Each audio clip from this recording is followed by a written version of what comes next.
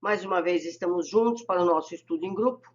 Estamos estudando as obras de André Luiz e Chico Xavier, que nos falam sobre a vida no mundo espiritual. Estamos estudando agora Libertação, e o capítulo de hoje é o capítulo 10, Em Aprendizado. De retorno à casa, com indisfarçável estranheza, reparei que o nosso instrutor não empreendia qualquer ataque em defesa da doente querida. A jovem senhora, novamente metida no leito, semi-aniquilada, punha os olhos no ar vazio, absorvida de indefinível pavor. Um dos insensíveis magnetizadores presentes, a insinuação de Saldanha, começou a aplicar energias perturbadoras ao longo dos olhos, torturando as fibras de sustentação. Não somente o cristalino, em ambos os órgãos visuais, denunciava fenômenos alucinatórios, mas também as artérias oculares revelavam-se sob fortes modificações. Percebi a facilidade com que os seres perversos das sombras hipnotizavam as suas vítimas, impondo-lhe os tormentos psíquicos que desejam. Grossas lágrimas banhavam o rosto da enferma, traduzindo-lhes as agitações interiores. Dilacerada, a mente aflita e sofredora tiranizava o coração que batia precípite, imprimindo graves alterações em todo o cosmos orgânico. Das complicadas operações sobre os olhos, o magnetizador passou a interessar-se pelas vias do equilíbrio e pelas células auditivas, carregando-as de substância escura, qual se estivesse doando combustível a um motor. Margarida, ainda que o desejasse, agora não conseguiria erguer-se. Compacta emissão de fluidos tóxicos misturavam-se à linfa dos canais semicirculares. Terminada a esquisita intervenção, Saldanha dispensou os terríveis colaboradores, à exceção da dupla, que se incumbia do hipnotismo, alegando que havia serviço em outra parte da cidade. Outros encargos aguardavam a legião de Gregório e Margarida no parecer do chefe da tortura. Já recebera suficiente material de prostração para 30 horas consecutivas. Nós entendemos agora por que o Gubi levou o André lá no sanatório, não é? Pouco a pouco, esvaziou-se a casa, semelhante agora à desprezada colmeia de marimbondos vorazes. Contudo, aí permaneciam Saldanha e 2 magnetizadores, nós 3 e a coleção de mentes, de formas ovoides, ligada ao cérebro da senhora flagelada. A sós, com o temível obsessor, Gúbio procurou sondar-lhe o íntimo discretamente. Sem dúvida que a sua fidelidade aos compromissos assumidos, declarou o nosso orientador, atencioso, é bastante significativa. Gúbio estava sondando como é que era o Saldanha. Enquanto o Saldanha sorria envaidecidamente, continuou a olhar penetrante e dócil. Que razões teriam conduzido Gregório a conferir-lhe tão delicada missão? O ódio, meu amigo, o ódio, explicou o interpelado decidido. À senhora? Aduziu Gúbio, indicando a doente. Não propriamente a ela, mas ao pai, juiz sem alma, que me devastou o lar. Faz 11 anos, precisamente, que a sentença cruel de um magistrado caiu sobre os meus descendentes, exterminando-os. E diante da expressão de real interesse que o nosso instrutor deixava perceber, o infeliz continuou. Tão logo abandonei o corpo físico, premido por tuberculose galopante, revoltado com a pobreza que me lançara à extrema penúria, não pude afastar-me do ambiente doméstico. Minha infortunada Iracema herdou-me um filho querido, a quem não pude legar qualquer recurso apreciável. Jorge e a sua genitora passaram desse modo a enfrentar dificuldades e aflições que não posso relembrar sem imensa angústia.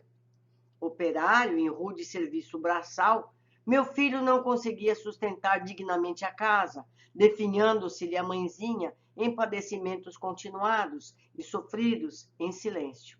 Ainda assim, Jorge contraiu núpcias muito cedo com uma colega de trabalho que, a seu turno, lhe deu uma filhinha atormentada e sofredora. A vida corria desesperadamente para o lar subalimentado e desprotegido, quando certo crime, constituído de roubo e assassínio, sobreveio na organização em que meu desventurado rapaz trabalhava. E toda a culpa, em face de circunstâncias inexplicáveis, recaiu sobre ele.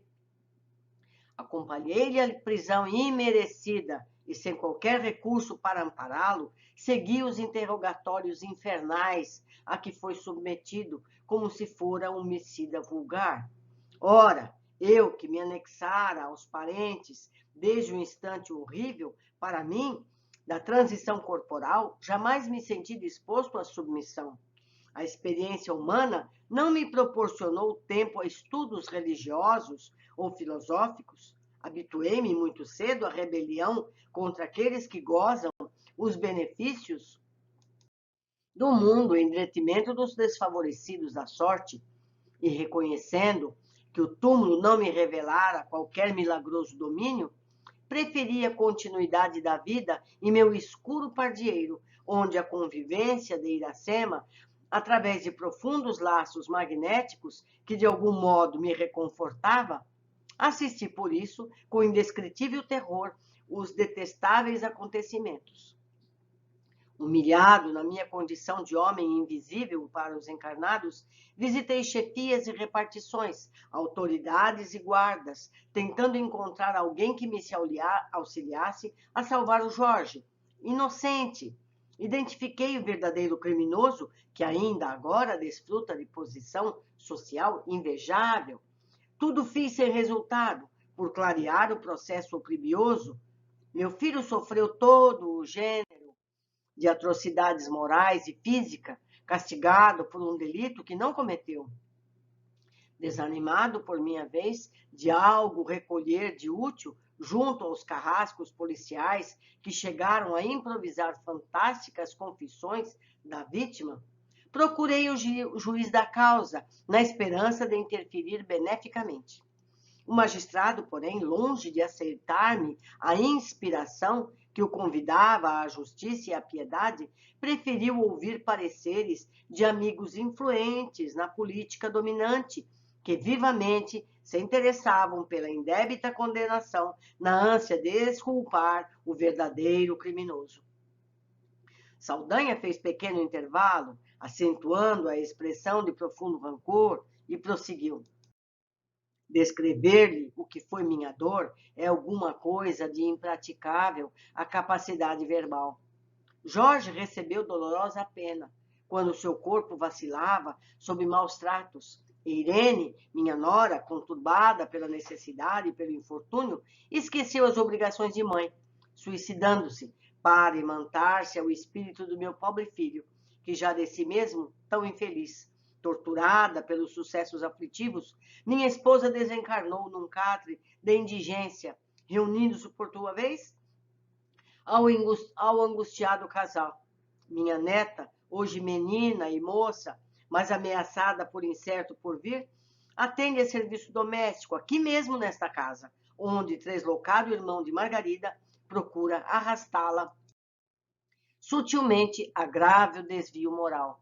O juiz, que aqui preside a Assembleia Familiar, recebendo-me em sonho as promessas de vingança, buscou colocá-la junto aos próprios parentes, empenhado em reparar de algum modo o seu crime.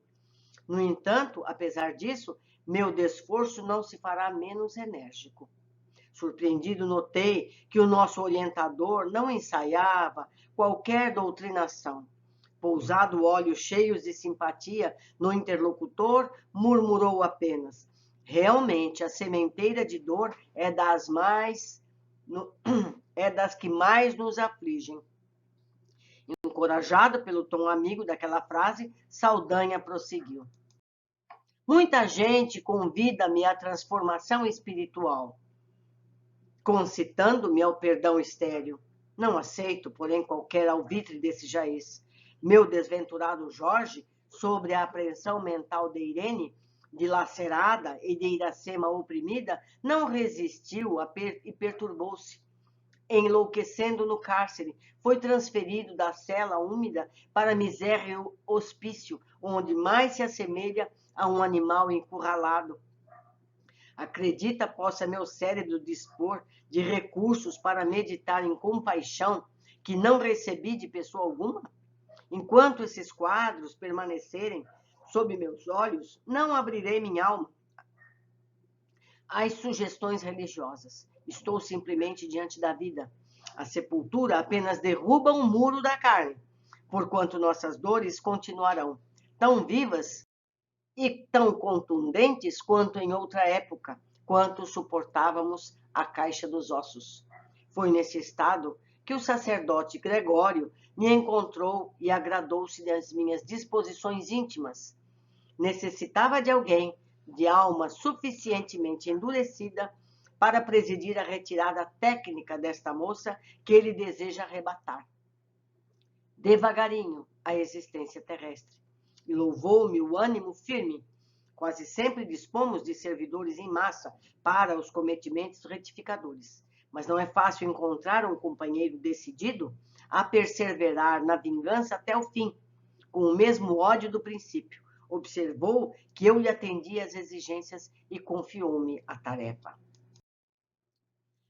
Passeando colérico olhar pelos ângulos da câmara de repouso, acentuou: todos aqui pagarão, todos. Admirado, fitei Gúbio, que se mantinha imperturbável, silencioso.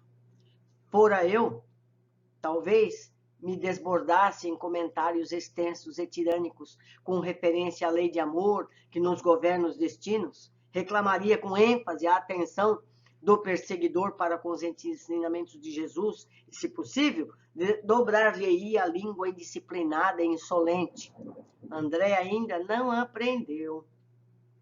O instrutor, contudo, assim não procedeu. Sorriu mudo, buscando disfarçar a própria tristeza. 2, 3 minutos rolaram longos entre nós.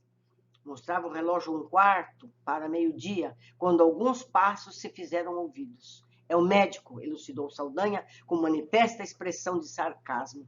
Debalde, porém, procurará lesões e micróbios. Quase no mesmo instante, um cavalheiro de idade madura penetrou no recinto, em companhia de Gabriel, o esposo da vítima.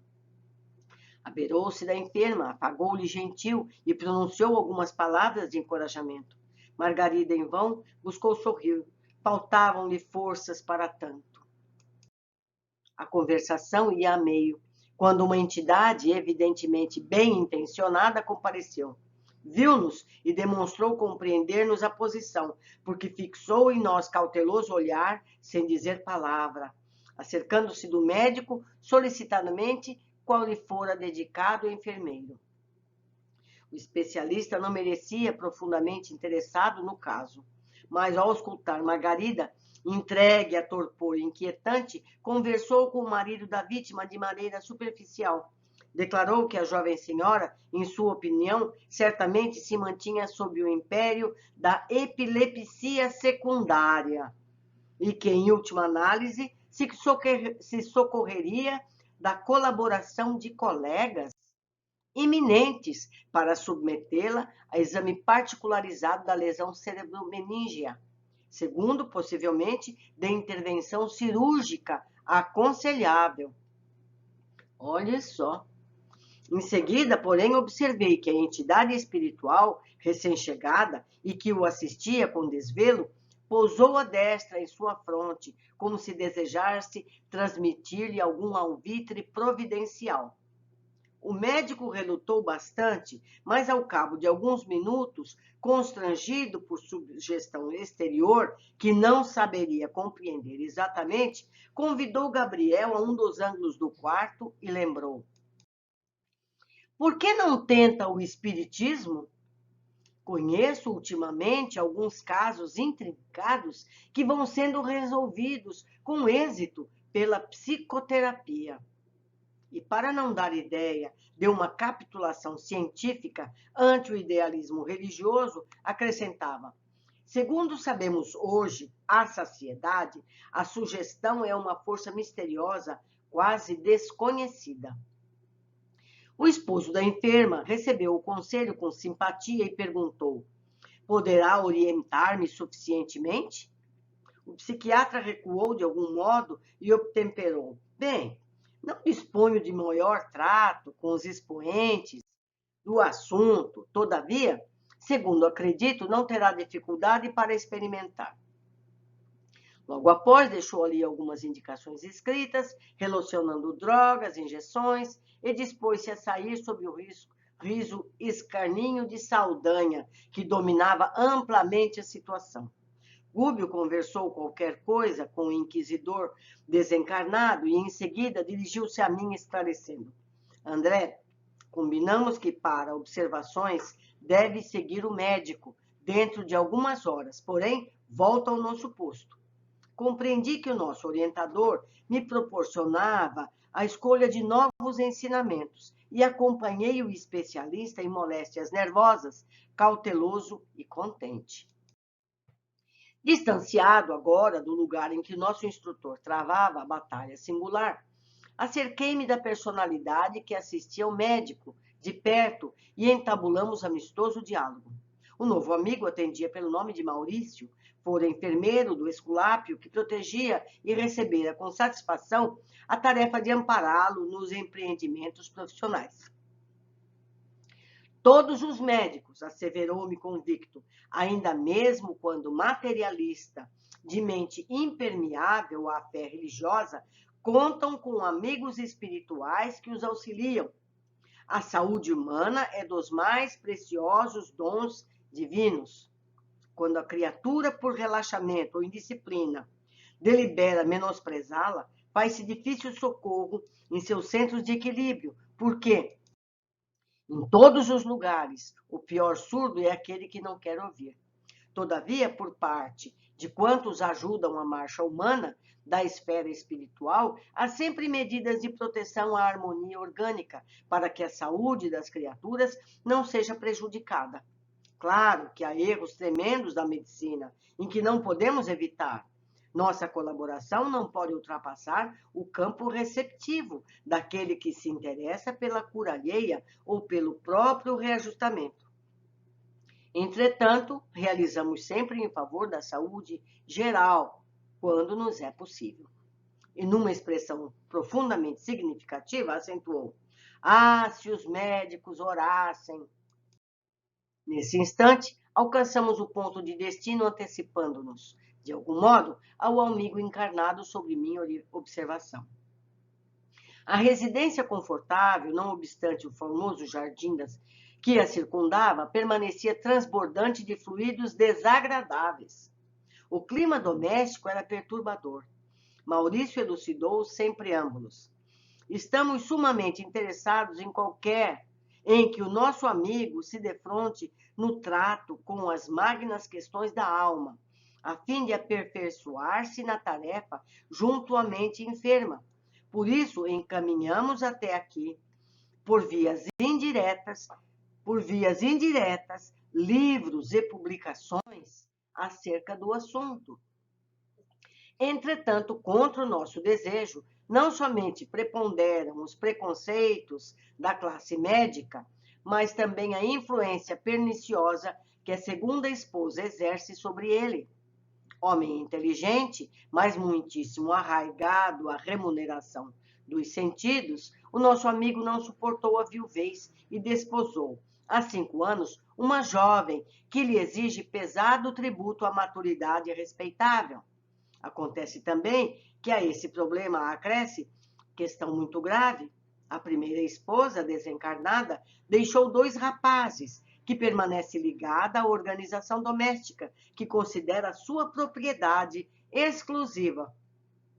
Por mais que o nosso trabalho se acentue, ainda não conseguimos retirá-la com proveito da casa, porque o pensamento dos filhos, em conflito com o pai e com a madrasta, lhe invoca a atuação de minuto a minuto. O duelo mental nesta casa é enorme.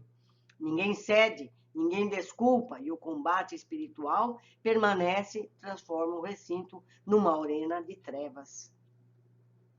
Calou-se o informante enquanto entrávamos e pude notar que, efetivamente, a ex-dona da casa, sem o corpo físico, em singular posição de revolta, ali se achava, abraçada a um dos filhos, moço de seus 18 anos presumíveis, que fumava nervosamente numa espreguiçadeira. Via-se-lhe perfeitamente a condição de vaso receptivo da sublevada mente materna.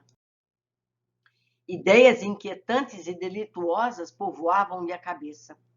Fios tenuíssimos de força magnética ligavam-no à mãezinha infeliz. Tinha as mãos crispadas, o olhar absorto, maquinando palavras diabólicas, e por mais que o envolvesse o socorro de Maurício, nem ele, nem aquela que lhe fora ciumenta genitora, se mostravam suscetíveis de receber-nos a influenciação restauradora. Tenho trabalhado tanto quanto me é possível, explicou o novo companheiro, a fim de ambientar aqui o espiritualismo de ordem superior. Achamo-nos, entretanto, num campo imensamente refratário. Nesse instante, o médico transpôs o limiar e Maurício colocou sobre a fronte dele a destra generosa, buscando fornecer-lhe intuições exatas referente ao caso de Margarida. O especialista, num átimo, começou a articular o aparelhamento mental para exame do assunto que lhe era sugerido, lembrando de certa publicação técnica, única maneira através da qual conseguia registrar os pensamentos do companheiro espiritual. Mesmo assim, o esforço não logrou êxito. O filho atacou o genitor com recriminações acerbas, em vista de se haver demorado excessivamente para o almoço. O esculápio depressa desligou a mente de nossos fios invisíveis, precipitando um torvelinho das vibrações antagônicas. A esposa desencarnada veio igualmente sobre ele, furiosamente. Reparei que o dono da casa não lhe assinalou os punhos ativos no rosto, mas o sangue concentrou-se-lhe na região das têmporas, atingindo-lhe a máscara fisionômica de cólera indisfarçável. Resmungou algumas palavras, saturadas de indignação, e perdeu de todo o contato espiritual conosco. Você veja, um simples nervoso faz com que a gente se perca. Maurício indicou-o com insofreável tristeza e acentuou: é sempre assim. Muito difícil aproximarmos-nos na esfera física daqueles de quem nos propomos auxiliar. Surgem ensejos valiosos de realização espiritual, como presentemente nos ocorre, diante do problema de Margarida. No entanto, nossas tentativas redundam em rematada frustração. Um homem intelectualizado pela responsabilidade acadêmica, por si mesmo deveria sentir santa curiosidade perante a vida, abstendo-se de certo comércio mais intenso com a satisfação egoística da experiência no corpo. Porém, a criatura costuma persegui-la até o desgaste completo da forma carnal de que se serve. Por mais que a convoquemos à preciosa viagem da periferia para o centro, a fim de que ela se amolde aos imperativos da vida que a espera, além do sepulcro, nosso esforço é quase sempre considerado adiável e inútil. Sorriu enigmático e ajuntou: e observemos que nos achamos à frente de um homem chamado pelo campo social ao Ministério da Cura. Nesse interim, a pequena família se reuniu ao redor da mesa posta, e a segunda esposa do médico me impressionou pelo apuro da apresentação. A pintura do rosto, sem dúvida, era admirável. O traje elegante e sóbrio, as joias discretas, o penteado harmonioso realçavam-lhe a profundeza do olhar, mas rodeava-se dela de substância fluídica deprimente. Halo plúmbeo denunciava-lhe a posição de inferioridade. Socialmente, aquela dama devia ser das mais de fino trato. Contudo, terminado o repasso, deixou positivamente evidenciada a sua deplorável condição psíquica. Depois de uma discussão menos feliz com o marido, a jovem mulher buscou o sono da sesta, num divã largo e macio. Intencionalmente, Maurício convidou-me a espreitar-lhe o repouso e enorme surpresa, aturdido mesmo, não lhe vi nos mesmos traços fisionômicos da organização perispiritual que abandonava a estrutura carnal entregue ao descanso. Alguma semelhança era de notar-se, mas afinal de contas, a senhora tornava-se irreconhecível. Estampava no semblante os sinais das bruxas dos velhos contos infantis. A boca, os olhos, o nariz, os ouvidos revelavam algo de monstruoso. A própria esposa desencarnada, ali presente, em clamorosa revolta, não se animou a enfrentá-la. Recuou semi-espavorida, tentando ocultar-se junto do filho. Lembrei-me então do livro de Oscar Wilde, nos conta a história do retrato de Dorian Gray, que adquirira horrenda expressão à medida que o dono se alterava. Intimamente, na prática do mal e endereçando a Maurício o olhar indagador, dele recebi sensata elucidação. Sim, meu amigo, disse tolerante, a imaginação de Wilde não fantasiou. O homem e a mulher, com seus pensamentos, atitudes, palavras e atos, criam no íntimo a verdadeira forma espiritual a que se acolhem. Cada crime, cada queda, deixam aleijões e sulcos horrendos no campo da alma, tanto quanto cada ação generosa e cada pensamento superior acrescentam beleza e perfeição à forma perispirítica, dentro da qual a individualidade real se manifesta, mormente depois da morte do corpo denso. Há criaturas belas e admiráveis na carne e que, no fundo, são verdadeiros monstros mentais, do mesmo modo que há corpos torturados, detestados no mundo, escondendo espíritos angélicos de celestial formosura. Atentemos, atentemos. E, designando a infeliz que se ausentara da casa semi-liberta do veículo material, acentuou: esta irmã desventurada permanece sob o domínio da espíritos gozadores e animalizados que, por muito tempo, a reterão em lastimáveis desequilíbrios. Acreditamos que ela, sem fé renovadora, sem ideais santificantes, sem conduta digna, não se precatará tão cedo dos perigos que corre e somente se lembrará de chorar, aprender e transformar-se para o bem quando se afastar, em definitivo, do vaso da carne na condição de autêntica bruxa. Aí a gente entende aquele mar de espíritos que Gubbio viu no começo do livro, né? O assunto era realmente fascinante e a lição era imensa. Entretanto, meu tempo disponível esgotara. O minuto exigia pronto regresso. Mais aprendizado, né, amigos? Mais aprendizado. A gente tem que ler essas obras repetidamente. Um parágrafo dá para a gente pensar muita coisa. Esse mesmo nosso tempo aqui é muito curto, para tanto que daria para a gente discutir. Conto com vocês para isso. Vamos às observações que eu pude fazer. Margarida, ainda que o desejasse, agora não conseguiria erguer-se. Compacta emissão de fluidos tóxicos misturavam-se à linfa dos canais semicirculares. Desde capítulos anteriores, estamos vendo como esses espíritos agem para atingirem os seus objetivos. Sabendo que o que dá abertura são os nossos pensamentos, precisamos estar atentos sempre, pois depois de iniciado o processo obsessivo, vai se tornando cada vez mais difícil escapar das influências. Todos temos débitos no passado, mas podemos nos redimir com atitudes no bem. Não precisamos passar por esses dramas se mantivermos as vibrações pessoais nos campos do bem. Nós não precisamos virar anjos. Ninguém espera isso da gente. Apenas um pouquinho de disciplina. Cada vez que vem um pensamento meio inconveniente, a gente afastar, a gente aproveitar todas as oportunidades de servir aos demais. Uma pessoa vem te pedir uma coisa, faz como se você estivesse pedindo para aquela pessoa e atende. São geralmente gestos simples que fazem a diferença no fim. E outra, a gente vai se acostumando. A gente se acostuma com esses gestos. Daqui a pouco a gente está, entre aspas, viciado em fazer o bem. Isso não é ótimo? Vamos começar. 2. Boa informação temos sobre os médicos. Todos os médicos, ainda mesmo quando materialistas, de mente impermeável à fé religiosa, contam com amigos espirituais que os auxiliam. A saúde humana é dos mais preciosos dons divinos. Veja só. Ah, se os médicos orassem, né?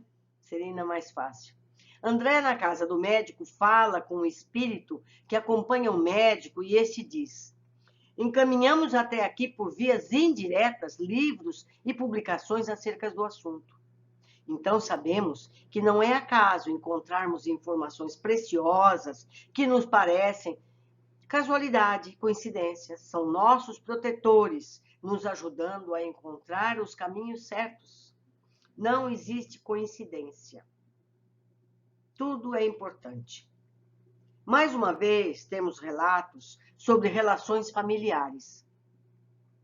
Questão muito grave. A primeira esposa desencarnada deixou 2 rapazes e permanece ligada à organização doméstica, que considera sua propriedade exclusiva. Por mais que o nosso trabalho se acentue, ainda não conseguimos retirá-la com proveito da casa, porque o pensamento dos filhos, em conflito com o pai, com a madrasta, lhe invoca a atuação de minuto em minuto. O duelo mental nesta casa é enorme. Ninguém cede, ninguém desculpa, e o combate espiritual permanente e transforma o recinto numa arena de trevas. Precisamos identificar e tentar nos corrigir quanto aos sentimentos de posse que ainda temos e nos parece normal aos olhos comuns. Ajudemos também quando identificamos casos semelhantes. Uns conselhos podem ajudar. As pessoas acham, meu filho, minha mulher, meu marido, meu pai, minha mãe, não é ninguém, não existe isso. Todos estamos representando papéis para a nossa educação. Vamos lembrar no nosso lar, quando a mãe de André Luiz disse: não sou sua mãe, eu estive sua mãe. As pessoas precisam se relacionar com amor, mas sem posse. Quantas noras não se veem doidas com suas sogras? É até famoso, não é? Então vamos deixar as noras em paz, não é? Vamos criar os nossos filhos para o mundo. Vamos educá-los para serem pessoas boas, corretas, honestas. Isso já está muito bom. Fico por aqui. Mais este capítulo, aguardo vocês no próximo, assim como os comentários.